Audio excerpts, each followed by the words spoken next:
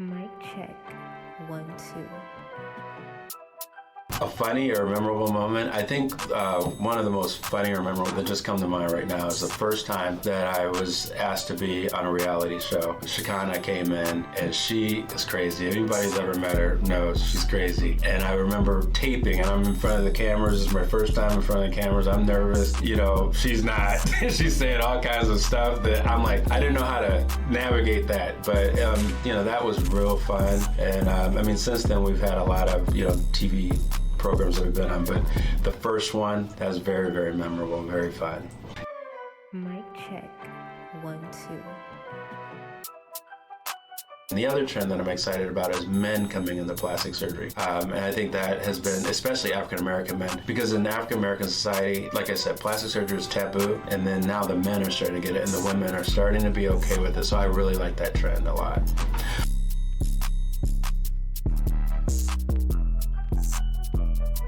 One of the trends I like that's going on in plastic surgery is that African Americans are starting to take care of their skin and their face. As I'm aging and my population is aging, the people that are getting cosmetic surgery that are African American and of the darker races, they're aging too. And they're actually starting to do stuff with their face like Botox and Juvederm. And also they're doing like PDO threads to lift their face up because we have sometimes, you know, in our community there's sagging.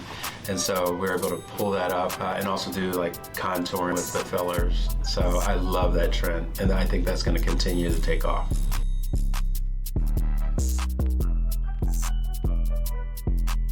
Well, what inspired me to become a doctor are my parents. They were my role models. My dad is a doctor, my mom was a nurse practitioner, so I grew up in a medical family. But it wasn't until I got into medical school I decided to become a plastic surgeon, because once I got in there and I saw the before and afters and all the creativity, and I'm a musician, so I was able to merge my two worlds together, my creative side and my surgical medical side.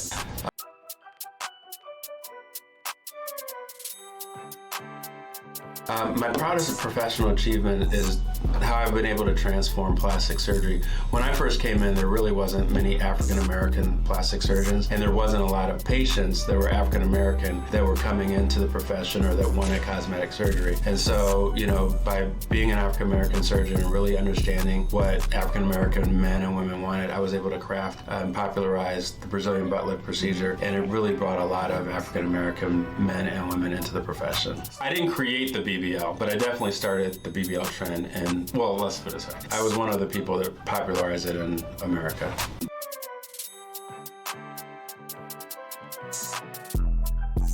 What sparked my interest in entrepreneurship is that my father and mother, they had their own practice. So I grew up in a family where, you know, my parents owned their own business, and my grandparents, they owned their own business. So I came from a line of entrepreneurs, but it was kind of mom and pop shop. So while I was in medical school, I also went to business school so that I could learn exactly how to run a business. Yeah, I'm one of the few doctors that have an MD and an MBA.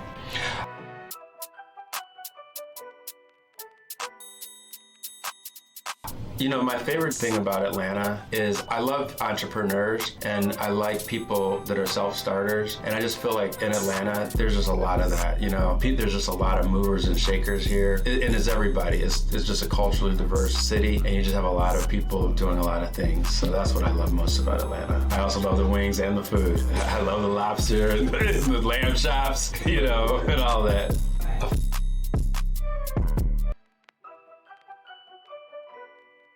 Fun fact about me, I used to rap and I used to be a model. I modeled in Ohio at a place called David & Lee. It was a modeling company, and we used to go and do print modeling. But my first modeling gig, I was basically a model in a JCPenney store, and I had to like stand here like this, and people were coming up to me and pushing me and seeing if I was real. And then like when the parents turned around, I'd be like, ah, to the kids.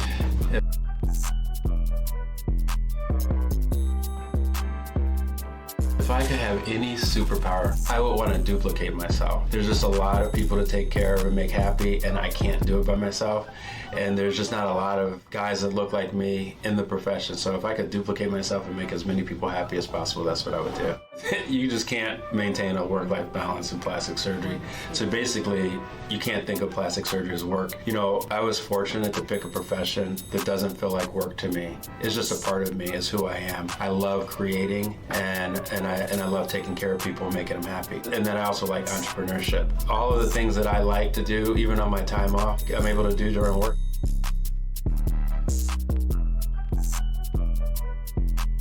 You know, I am excited about plastic surgery becoming more culturally diverse. You know, like I said, when I was coming through, mainly it was just Caucasian people that were getting plastic surgery, cosmetic surgery. And since 2012, that trend has changed. I mean, not just in African Americans, but in other ethnicities. And so I really am excited about that trend.